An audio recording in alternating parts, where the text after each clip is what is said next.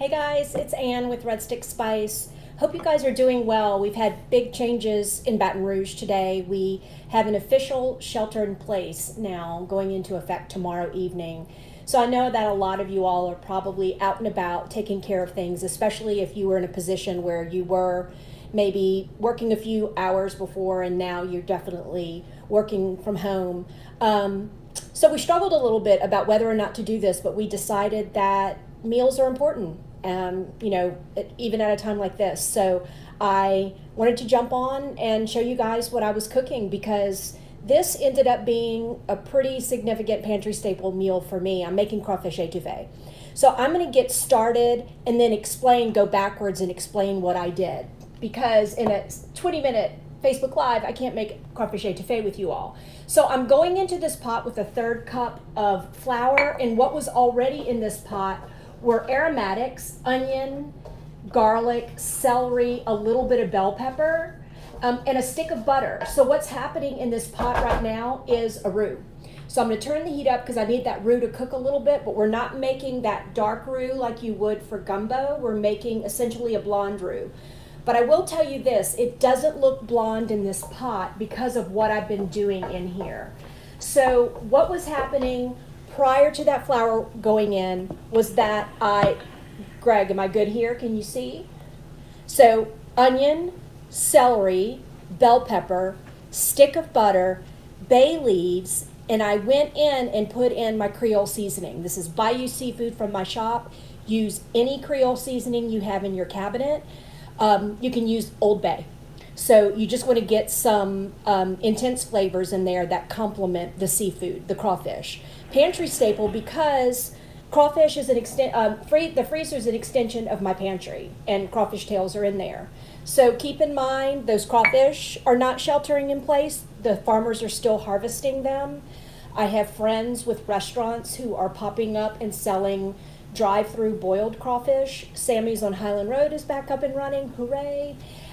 So it's all still available, just we need to do it in a swift manner. In other words, as touchless as possible and quick. So get there, have your currency ready to go, grab it, and then get back home.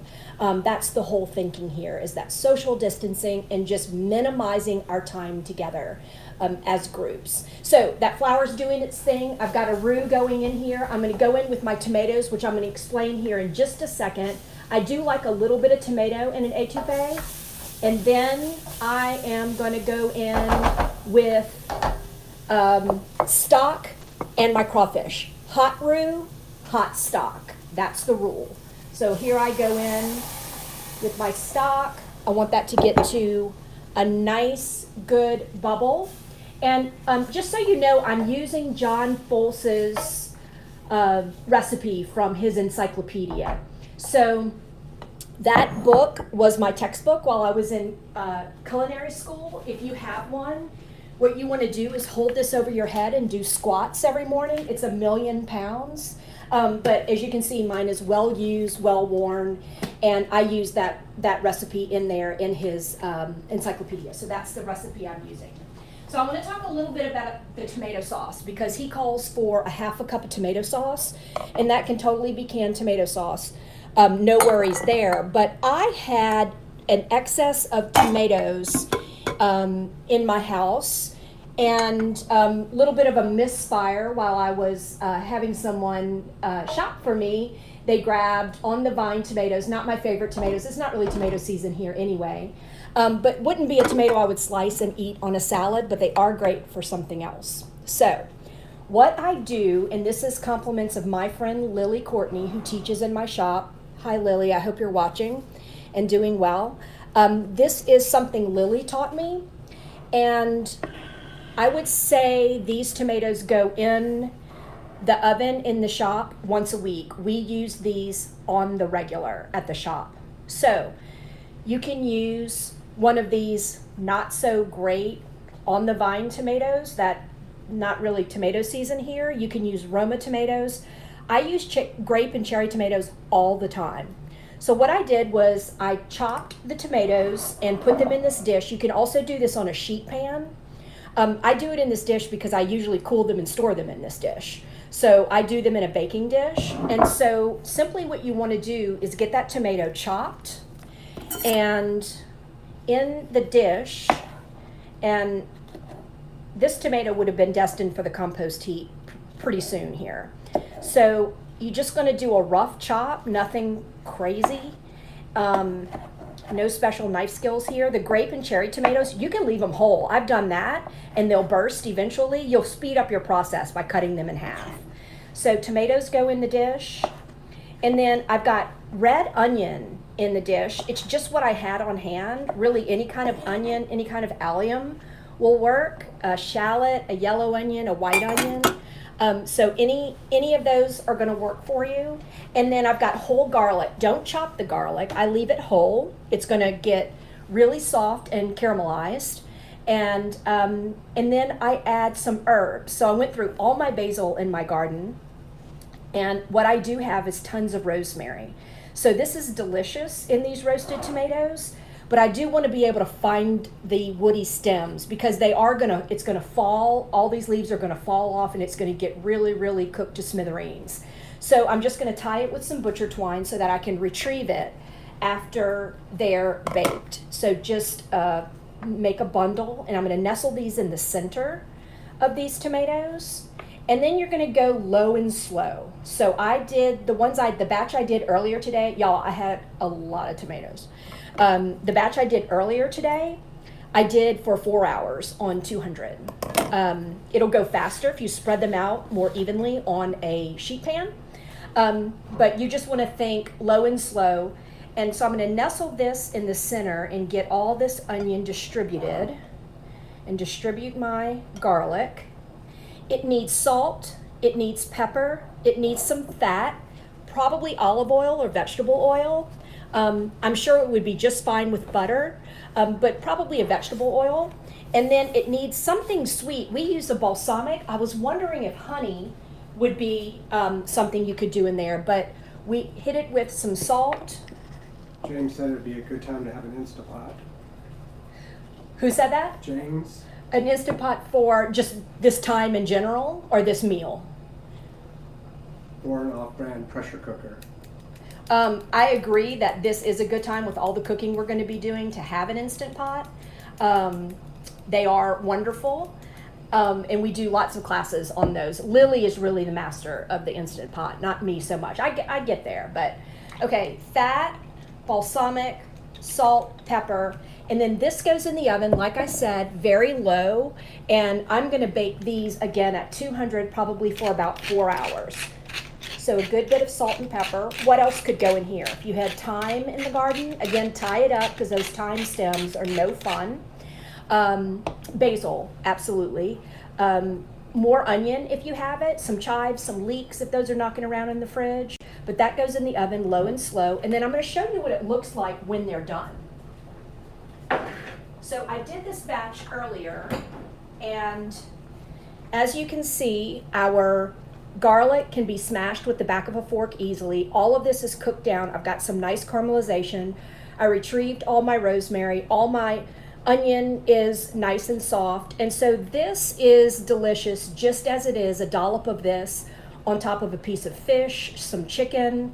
But I like to puree it just a bit. And so for that tomato sauce that Chef Folse called for in this dish, I used these. And I just blitzed them in my little chopper, this little guy. And I just blitzed them till I got them fairly smooth, and added that to the étouffée. So this in your fridge is like magic for what I would say, not boring food, but humble food, some polenta. Again, on fish, you could blitz this up and use it as pizza sauce or pasta sauce. Really, really delicious, nice and sweet, and get all those natural sugars from those tomatoes once they cook down. And I just either leave them in this, move them to a jar, and they're delicious. All right, let's see how our étouffée is doing. So we've also got a couple of bay leaves in here, and I can definitely smell them. I have fresh bay outside. 2 dried bay leaves in there make all the difference. And We would normally let that simmer for just a bit more, but pretty much, guys, we're there. Cooked crawfish tails, that quick blonde roux, all those aromatics got cooked down in that butter with this seasoning, and I really cooked them way, way down. I put a lid on it and put it on low, so I wasn't looking for them to brown or caramelize. I just wanted them to get super, super soft and weepy and clear. And so that was the first step. That was probably a good solid 20 to 25 minutes. And then I was able to go in with the roux and our crawfish and our hot stock. So I'm gonna serve some up and see how I did. I've got rice cooked over here. I'll be right back.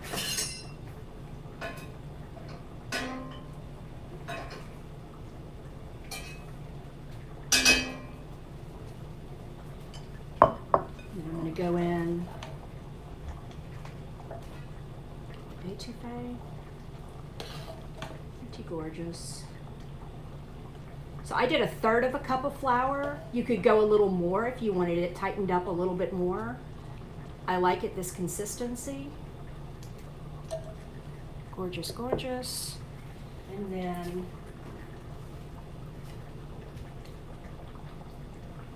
the parsley. A little green onion. I was actually supposed to do this, most of that green onion in here, right before you serve. And I'm gonna take a taste. So these videos are gonna live on our website and on Facebook. We'll post them with the recipe. Oh, and they're on YouTube as well.